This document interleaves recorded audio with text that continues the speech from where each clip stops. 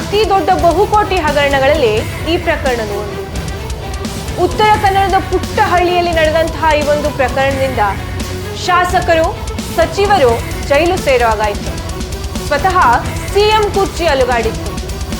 ಇಂತಹದ್ದೊಂದು high voltage ಪ್ರಕರಣದ ಕುರಿತಾದ pin to pin details ಜೊತೆ ಬಂದಿದ್ದೀನಿ. ಪ್ರಿಯ ವೀಕ್ಷಕರೇ, ಈ ವಿಡಿಯೋನ ನೋಡೋದಕ್ಕೂ ಮೊದಲು ನಮ್ಮ ಚಾನೆಲ್ ಅನ್ನ ಇನ್ನು ಸಬ್ಸ್ಕ್ರೈಬ್ ಮಾಡ್ಕೊಂಡಿಲ್ಲ ಆದ್ರೆ ತಕ್ಷಣವೇ ಸಬ್ಸ್ಕ್ರೈಬ್ ಮಾಡ್ಕೊಳ್ಳಿ. ಹಾಗೆ ವಿಡಿಯೋ ಇಷ್ಟ ಆಗಿದ್ರೆ ಶೇರ್ ಮಾಡಿ.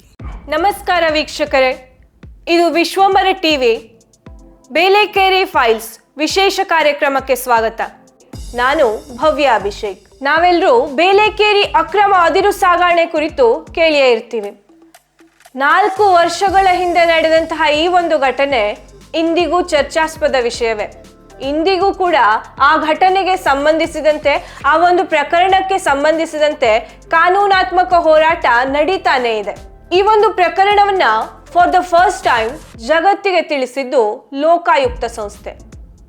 ನಂತರದಲ್ಲಿ ಅರಣ್ಯ, ಸಿಬಿಐ, ಸಿಐಡಿ, ಎಸ್ಐಟಿ, ಪೊಲೀಸ್ ಹೀಗೆ ಲೆಕ್ಕವಿಲ್ಲದಷ್ಟು ಸಂಸ್ಥೆಗಳು ಪ್ರಕರಣದ ತನಿಖೆಯನ್ನ ಮಾಡಿವೆ. ಆದರೆ ಟಿಲ್ ಟುಡೇ ಈ ಪ್ರಕರಣ ಅಂತ್ಯವನ್ನೇ ಮುಟ್ಟಿಲ್ಲ. ಇನ್ನು ಪ್ರಕರಣದ ಕುರಿತು ಬ್ರೀಫ್ ಆಗಿ ನೋಡೋದಾದ್ರೆ, ಅದು 2010ನೇ ಇಸ್ವಿಯ ಮಾರ್ಚ್ 20. ಬೇಲೆಕೇರಿ ಹಾಗೆ ಕಾರವಾರದಲ್ಲಿದ್ದಂತಹ ಸುಮಾರು 250 ಕೋಟಿಗೂ ಅಧಿಕ ರೂಪಾಯಿ ಮೌಲ್ಯದ 8.5 ಲಕ್ಷ ಮೆಟ್ರಿಕ್ ಟನ್ ಅದಿರನ್ನ ಅರಣ್ಯಾಧಿಕಾರಿಗಳು ವಶಪಡಿಸಿಕೊಳ್ತಾರೆ. ಈ ಕುರಿತಾದ ಮಾಹಿತಿ ಹೊರ ಜಗತ್ತಿಗೆ ತಿಳಿಯೋಕೆ ಬರೋಬ್ಬರಿ 1 ವಾರ ಹಿಡಿಯುತ್ತೆ. ಅದು ಅದಿರು ಮಾರಾಟದ ಪೀಕ್ ಟೈಮ್ ಅಂತಲೇ ಹೇಳ್ಬೋದು.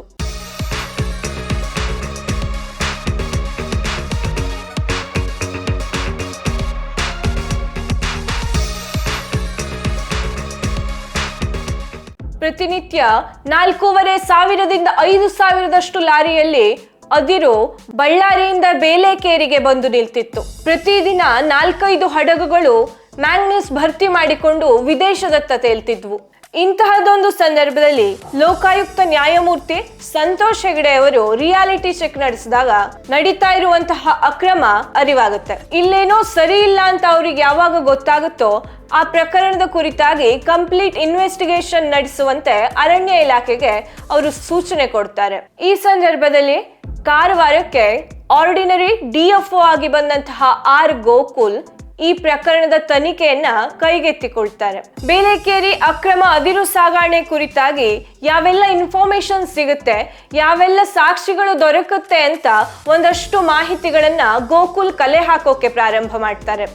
ದಿನ ಕಳೆದಂತೆಲ್ಲ ಅಕ್ರಮ ಅದಿರು ಸಾಗಾಣಿಕೆ ಕುರಿತು ಚರ್ಚೆಗಳು ಹೆಚ್ಚಾಗುತ್ತಾ ಹೋಗುತ್ತೆ.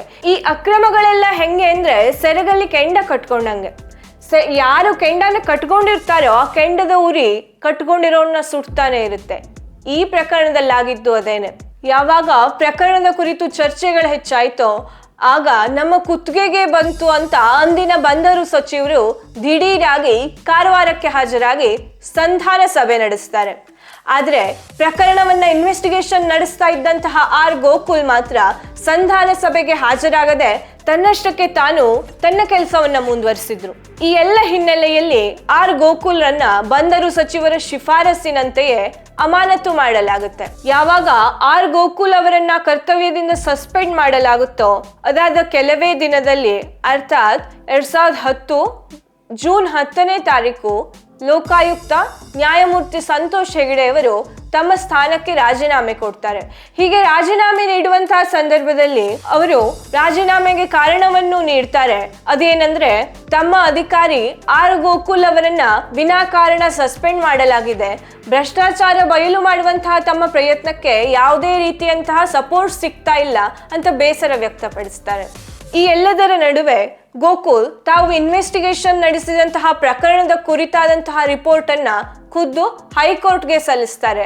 ಬೇಲೆಕೇರಿಯಲ್ಲಿ ಅಕ್ರಮ ಖಂಡಿತವಾಗಿ ನಡೆದಿದೆ ಎಂಬ ಪ್ರಮಾಣ ಪತ್ರವನ್ನು ನೀಡ್ತಾರೆ.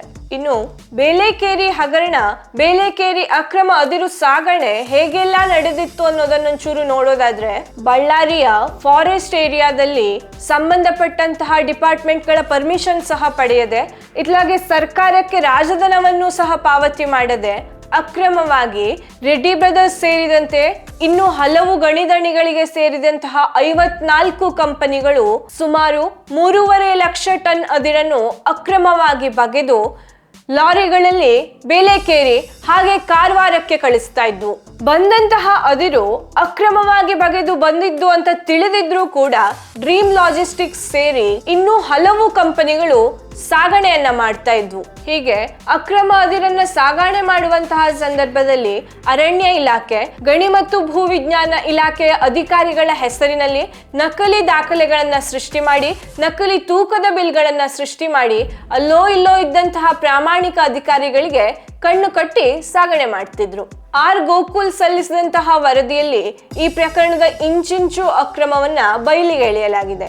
ಆ ವರದಿಯ ಅನುಸಾರ ಬೇಲೆಕೇರಿಯಲ್ಲಿ ಏನ್ ಕಾರ್ಯನಿರ್ವಹಿಸ್ತಾ ಇದ್ದಂತ 11 ಶಿಪ್ಪಿಂಗ್ ಕಂಪನಿಗಳು ತಮಗೆ ಬರ್ತಾ ಇರೋ ಅದಿರು ಅಕ್ರಮ, ಇದಕ್ಕೆ ಯಾವುದೇ ಸರಿಯಾದ ಕಾನೂನಾತ್ಮಕ ದಾಖಲೆಗಳಿಲ್ಲ ಅಂತ ಗೊತ್ತಿದ್ರೂ ಸಹ ವಿದೇಶಗಳಿಗೆ ರಾಜಾರೋಷವಾಗಿ ರಫ್ತು ಮಾಡುತ್ತಿದ್ದವು ಎನ್ನಲಾಗಿದೆ. ಇನ್ನು ಈ ಅಕ್ರಮ ಅದಿರು ಸಾಗಣೆಯನ್ನ ಹೊರ ಜಗತ್ತಿಗೆ ತಿಳಿಸದೇ ಇರಲು ಬಳ್ಳಾರಿಯಿಂದ ಬೇಲೆಕೇರಿವರೆಗೆ ಕಾರ್ಯನಿರ್ವಹಿಸ್ತಾ ಇದ್ದಂತಹ ಅಧಿಕಾರಿಗಳಿಗೆ ಲಂಚ, ರಾಜಕಾರಣಿಗಳಿಗೆ ಕಮಿಷನ್ ನೀಡಲಾಗಿತ್ತು. 2011ರಲ್ಲಿ ಸಲ್ಲಿಕೆಯಾದ ಲೋಕಾಯುಕ್ತ ವರದಿಯಲ್ಲಿ ಆ ಸಂದರ್ಭದಲ್ಲಿ ಕಾರ್ಯನಿರ್ವಹಿಸ್ತಾ ಇದ್ದಂತಹ 783 ಅಧಿಕಾರಿಗಳು ಅಕ್ರಮ ಅದಿರು ಸಾಗಣೆಯಲ್ಲಿ ಭಾಗಿಯಾಗಿದ್ದರು, ಅದಕ್ಕೆ ಶಾಮೀಲಾಗಿದ್ದರು ಎಂದು ಸ್ಪಷ್ಟವಾಗಿ ನಮೂದಿಸಲಾಗಿದೆ. ಒಟ್ಟಾರೆ ಹೇಳೋದಾದ್ರೆ ಈ ಬೇಲೆಕೇರಿ ಅಕ್ರಮ ಅದಿರು ಸಾಗಣೆ ಬರೋಬ್ಬರಿ 60,000 ಕೋಟಿ ಅವ್ಯವಹಾರ ಎಂದು ಸಿಬಿಐ ಹೇಳುತ್ತೆ. ಸಿಬಿಐ ವರದಿ ಪ್ರಕಾರ ಅಕ್ರಮ ಅದಿರು ಸಾಗಣೆಯಿಂದ ರಾಜ್ಯ ಸರ್ಕಾರಕ್ಕೆ ನೇರವಾಗಿ 4,000 ಕೋಟಿಗಳಷ್ಟು ನಷ್ಟವಾಗಿದೆ. ರಾಜ್ಯ ಸರ್ಕಾರದ ಅನುಮತಿಯನ್ನು ಪಡೆಯದೆ ಕೇವಲ ಸ್ವಹಿತಾಸಕ್ತಿಗಾಗಿ ನಡೆದಂತಹ ಈ ಅಕ್ರಮ ಅದಿರು ಸಾಗಣೆಯಲ್ಲಿ ಘಟಾನುಘಟಿ ನಾಯಕರು, ಸಚಿವರು, ಶಾಸಕರು, ರಾಜಕಾರಣಿಗಳು ಎಲ್ಲರೂ ಭಾಗಿಯಾಗಿದ್ರು. ಇದಾಗಿತ್ತು ಇಂದಿನ ಬೇಲೆಕೇರಿ ಫೈಲ್ಸ್. ಪ್ರಕರಣದ ಮತ್ತೊಂದಷ್ಟು ಆಯಾಮಗಳೊಂದಿಗೆ ಮತ್ತೆ ಸಿಗೋಣ. ನಮಸ್ಕಾರ. ವೀಕ್ಷಕ ಮಹಾಪ್ರಭುಗಳೇ, ನಮ್ಮ ಚಾನಲ್ ಅನ್ನು ಸಬ್ಸ್ಕ್ರೈಬ್ ಮಾಡಿ, ಶೇರ್ ಮಾಡಿ, ಪ್ರೋತ್ಸಾಹಿಸಿ.